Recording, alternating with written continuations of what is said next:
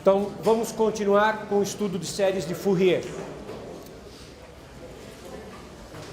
A aula passada, eu introduzi o conceito de série de Fourier, não enunciei nenhum dos grandes teoremas ainda. Eu vou, nesse começo de aula, fazer mais um exemplo numérico para a gente se familiarizar com o objeto séries de Fourier. E, em seguida, eu começo a fazer exemplos e enunciar os exemplos mais substanciais e enunciar os principais teoremas que dizem respeito às séries. Então, imagine que você tem uma função, inicialmente eu estou tomando funções definidas no intervalo menos π a mais π. Daqui a pouco eu vou enunciar teoremas em que eu vou pensar que a função está definida na reta toda, periódica. Mas imagine que ela está de menos π a π, que é o mínimo que eu preciso para poder fazer uma série de Fourier. Também não coloquei quais são as hipóteses que eu preciso sobre a f. Isso vai aparecer daqui a pouco nos principais teoremas. Por enquanto, imagine que a f permita fazer o que eu estou fazendo. Nós definimos uma família de coeficientes.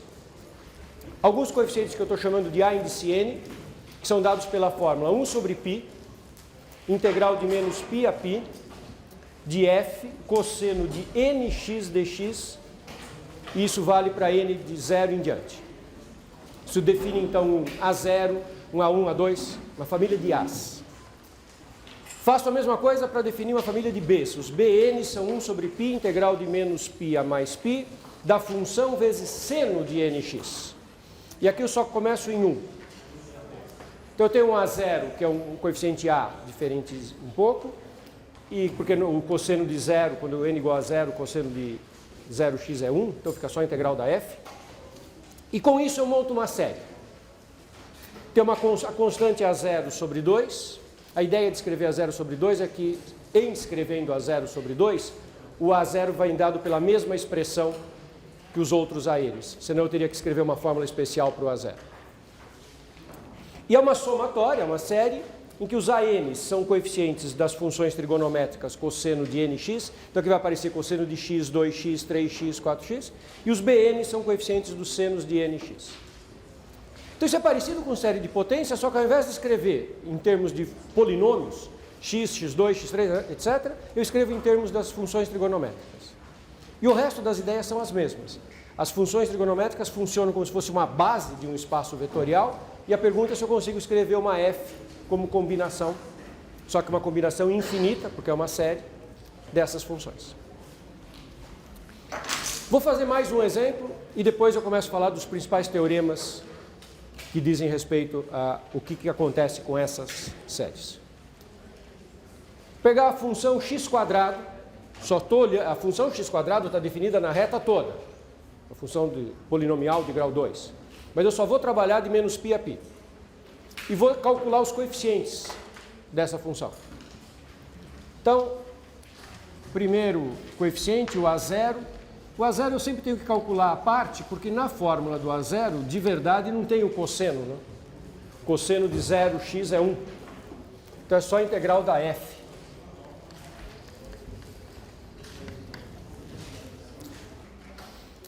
Um sobre π,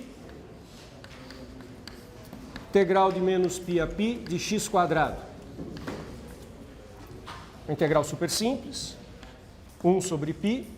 Primitiva de x² é x à terceira sobre 3. De menos π a π. Isso dá 1 sobre π. Π ao cubo sobre 3. Menos do extremo inferior. Menos π ao cubo fica menos de novo, então fica mais. Π ao cubo sobre 3.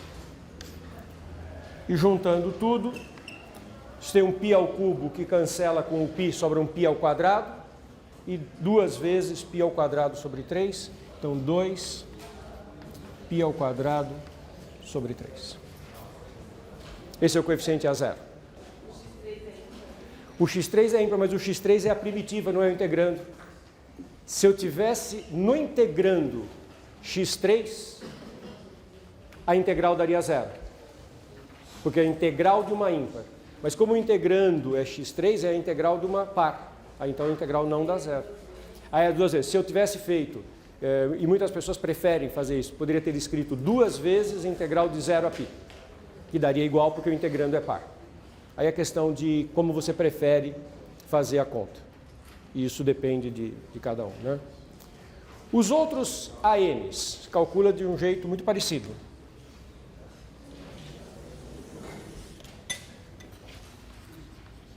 Os demais ANs são iguais a 1 sobre π, integral de menos π a π, a função f vezes cosseno de nx, ou seja, 1 sobre π, integral de menos π a π, de x ao quadrado, cosseno de nx dx. E é preciso calcular essa primitiva e calcular a integral definida. Qual a técnica para calcular a integral definida de x ao quadrado, cosseno de nx? Como chama essa integral? Partes. Método de integração por partes. E com a experiência que vocês têm de integração por partes, como aqui é x ao quadrado, quantas vezes eu vou ter que usar a integração por partes? 2 vezes integração por partes. É isso mesmo. É isso que eu tenho que fazer. Então, o próximo igual aqui, eu vou usar a integração por partes. Eu vou chamar u de x ao quadrado, portanto, du vai ser 2x dx. E eu vou interpretar o dv como sendo cosseno de nx dx. Então, o v da minha fórmula vai ser seno de nx sobre n. Derivada de seno é cosseno, derivada de seno de nx é cosseno de nx, vezes esse n que cancela com esse n. Então, fazendo integração por partes uma vez, 1 sobre π. Se aqui era a integral de u dv, agora fica uv. Então, x quadrado seno de nx sobre n, calculado em menos π mais π, extremo superior e inferior, menos a integral de menos π a π. Aqui era u dv, agora vai ser v du. 2x seno de nx sobre n integral dx. Tudo isso está multiplicando esse 1 sobre π que está aqui fora. Integração por partes é isso, né? Dá um certo trabalho, mas é o que nós temos que fazer.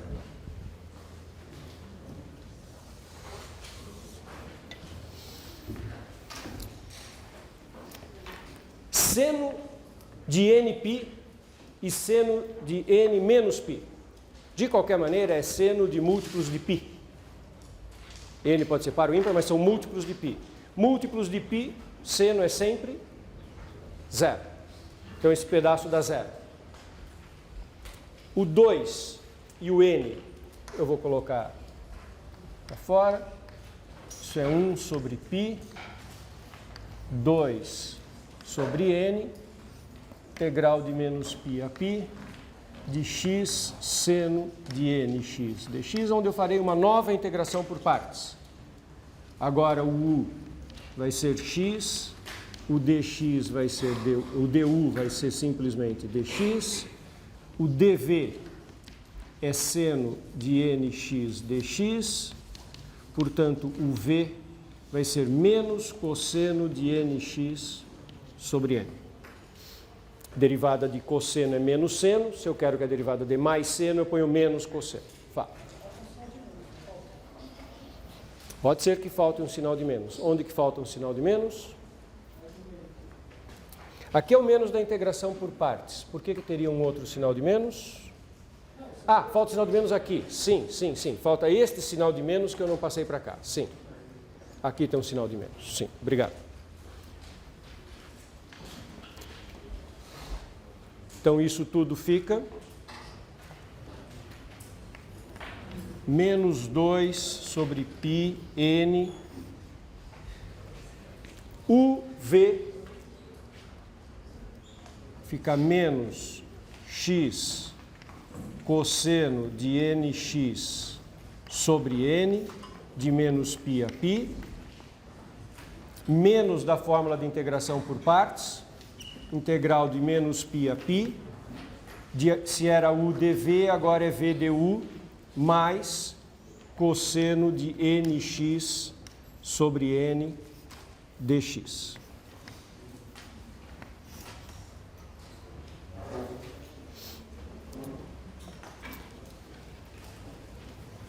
Isso é igual a menos 2 sobre πn,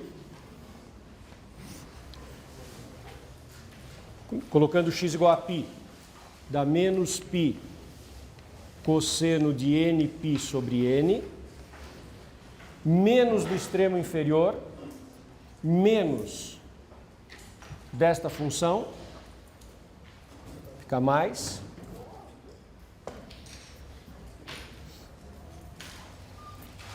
menos π no lugar do x, fica menos π cosseno de n vezes menos π aqui, mas isso é cosseno de menos π ou de mais π é a mesma coisa.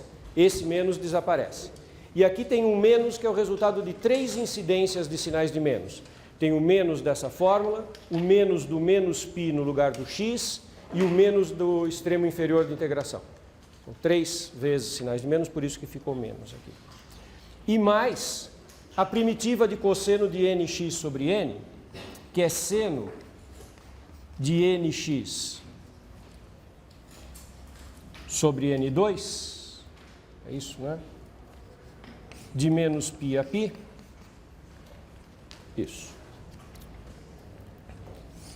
E esse pedaço vai dar zero, porque seno em múltiplos inteiros de π dá sempre zero. Então, resulta que os ANs... Então, o AN resulta, esse menos com esse menos e com esse menos podem cancelar. Tem um 2 aqui, tem um 2 aqui também. Então, fica 4. O AN é igual a 4. Esse π cancela com esse π. 4 sobre n, cosseno de nπ,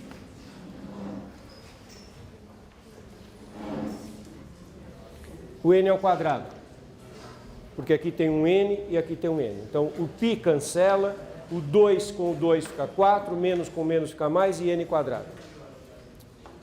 E esse termo dá zero. Certo? E um outro jeito de escrever esse AN, porque cosseno de nπ é a mesma coisa que menos 1 elevado a, quando n é par, é o número inteiro de voltas. O cosseno é 1. Quando n é ímpar, é o número inteiro de voltas mais meia volta. O cosseno é menos 1. Então, é menos 1 elevado a n, 4 sobre n2. E era isso que eu tinha que achar para poder colocar na série.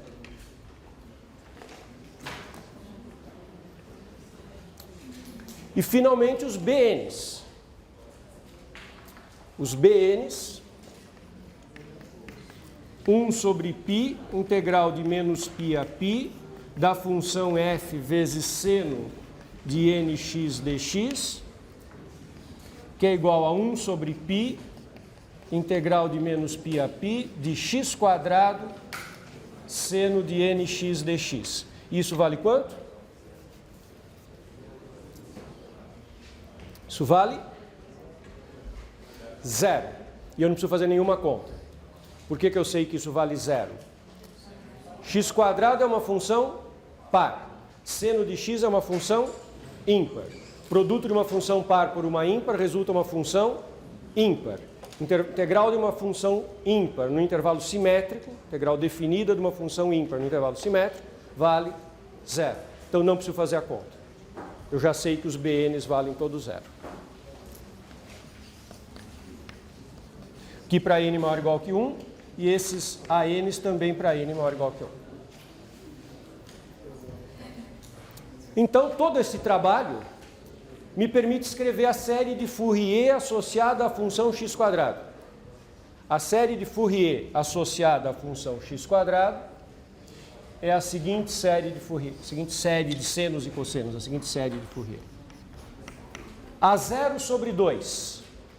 A0 sobre 2, π ao quadrado sobre 3.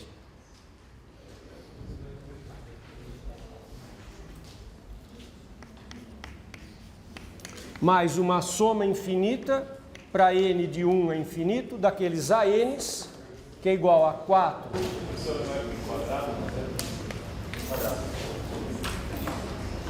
Π quadrado. Soma de menos 1 elevado a n, 4 sobre n2 cosseno de nx. Esta é a série de Fourier da minha função. Alguma dúvida, turma? Como é que eu obtenho uma série de Fourier? Quais são os procedimentos para obter a série? Agora eu vou começar a responder perguntas do seguinte tipo. Em que condições que eu consigo escrever a série de Fourier? Qual a relação que existe entre esta função dada por esta fórmula e a função original? Será que esta série, para cada x, quando ela converge, será que ela converge para alguma coisa que tem a ver com a x quadrado? Qual é a ligação entre essas duas coisas? Então, eu vou fazer 3 gráficos de 3 coisas. Agora, olha do que nós estamos falando. Primeiro, qual foi a função da qual eu calculei a série de Fourier? Bom, essa é simples, é a função x quadrado, que vocês conhecem de longa data.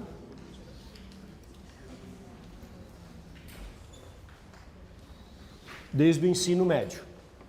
A função y igual a x quadrado. Essa é a função com a qual eu comecei. Aí, eu só usei desta função, o gráfico está razoável, só usei desta função o pedaço de menos π a π. Então, na verdade, eu não usei essa função inteira, porque eu fiz integrais definidas no intervalo de menos π a π. Então, a função com a qual eu efetivamente trabalhei foi com uma restrição desse gráfico. Isso é uma ideia importante de entender. O que eu fiz mesmo foi o seguinte: trabalhei de menos π a π.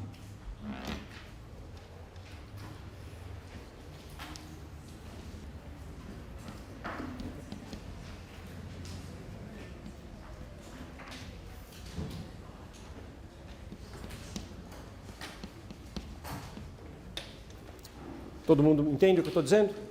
Eu peguei aquela função x quadrado, mas eu não usei a função inteira, porque eu só fiz uma integral definida de menos π a π. Então, o pedaço que eu usei de verdade foi esse.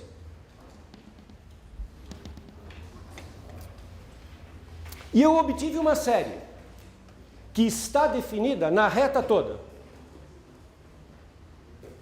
que é uma função com certas propriedades na reta toda. Entre outras coisas, ela é periódica de período 2π. E ela coincide com a minha f, esse é o próximo teorema, de menos π a π. Então, que função é aquela que eu obtive? A função que eu obtive é uma função que está definida na reta toda, coincide com a minha f no intervalo de menos π a π e é periódica. Então, a função que eu obtive ali é a seguinte.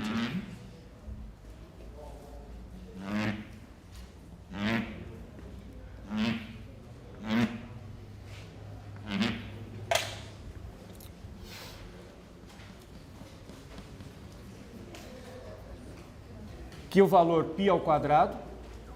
Aqui são os valores 0, π, 2π, 3π, menos π, menos 2π.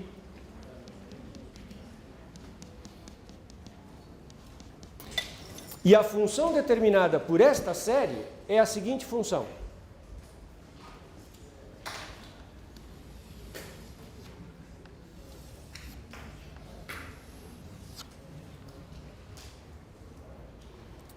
Definida na reta toda, periódica de período 2π, e coincidente com a minha f no intervalo de menos π a π. Se você juntar essas três propriedades, a função tem que ser essa.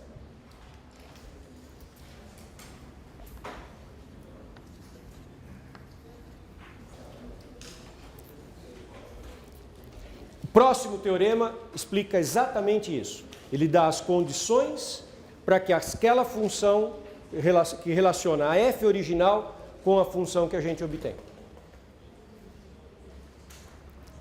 Veja se vocês entenderam a ideia que está por trás desses desenhos.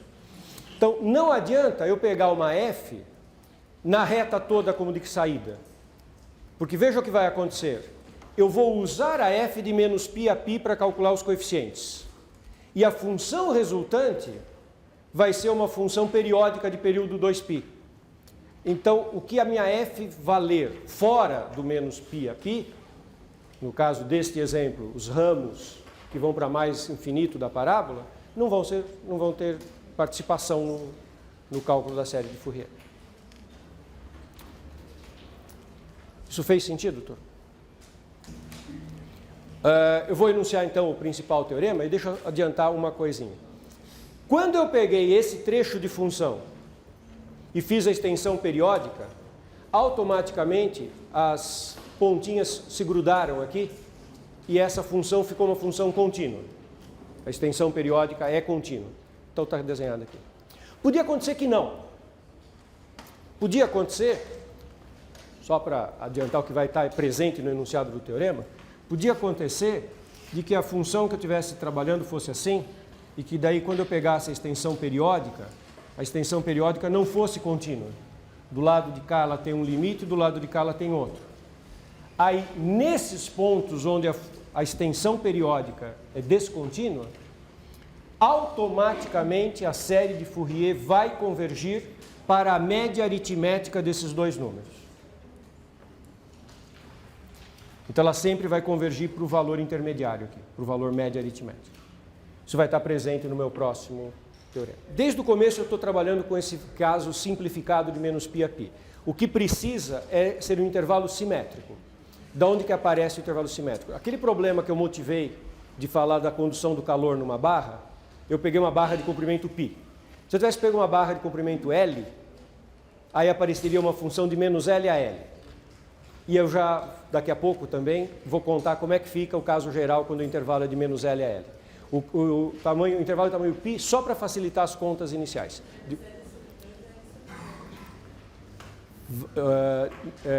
Não, de menos L a L. Eu peguei uma barra de comprimento π e caí em funções periódicas de tamanho 2π. Se eu começar com uma barra de comprimento L, eu caio num de 2L.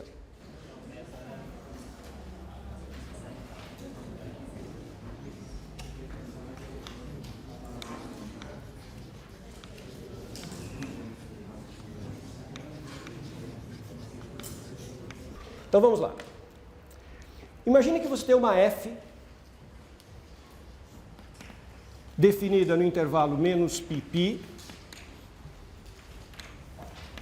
a valores em R e que ela tem a seguinte propriedade. Ela é C1 por partes. Eu vou escrever o que é.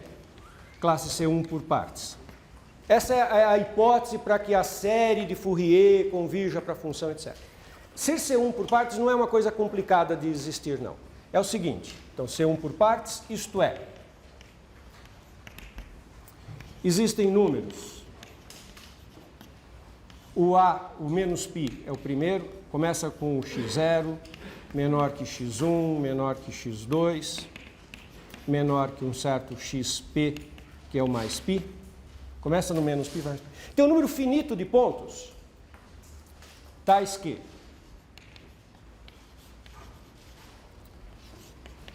f e f' são contínuas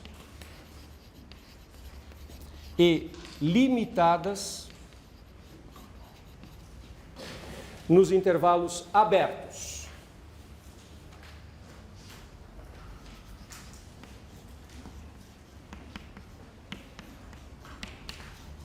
Então veja, a minha função não tem sequer que ser contínua, mas ela tem que ser contínua em pedaços. Você olha para o intervalão, tem um monte de pontos, divide em intervalinhos, e ela é contínua no interior de cada intervalinho. Então, ela e a derivada têm que ser contínuas nos intervalinhos. Elas têm que ser limitadas. Por que tem que ter uma hipótese de limitação? Ela não vai ser dada por uma série de senos e cossenos, que é tudo limitado ali. Então, é razoável que a função resultante não vá para infinito. E é o que vai ocorrer de fato. Então, a minha função é contínua e limitada nos intervalinhos abertos. E nos pontos onde ela pode ser descontínua, nos pontos xi, os limites laterais são finitos.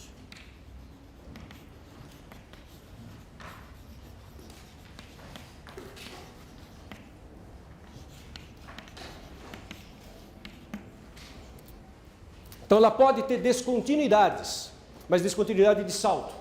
Quando você calcula o limite lateral de um ponto, o limite lateral do outro ponto, são os dois limites laterais finitos. Basta isso para garantir que a série de Fourier converge para F. E nos pontos de descontinuidade, ela converge para a média aritmética dos limites laterais. É totalmente controlado o comportamento da série de Fourier.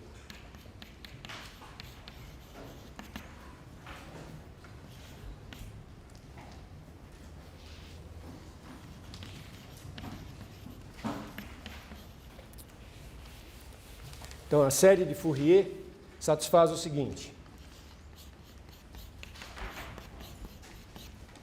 A série coincide com a F no interior de todos os intervalinhos onde a função é contínua. Onde a função é contínua, elas convergem nos interiores dos intervalinhos. E quanto que vale a série de Fourier no ponto xi, o pontinho de descontinuidade?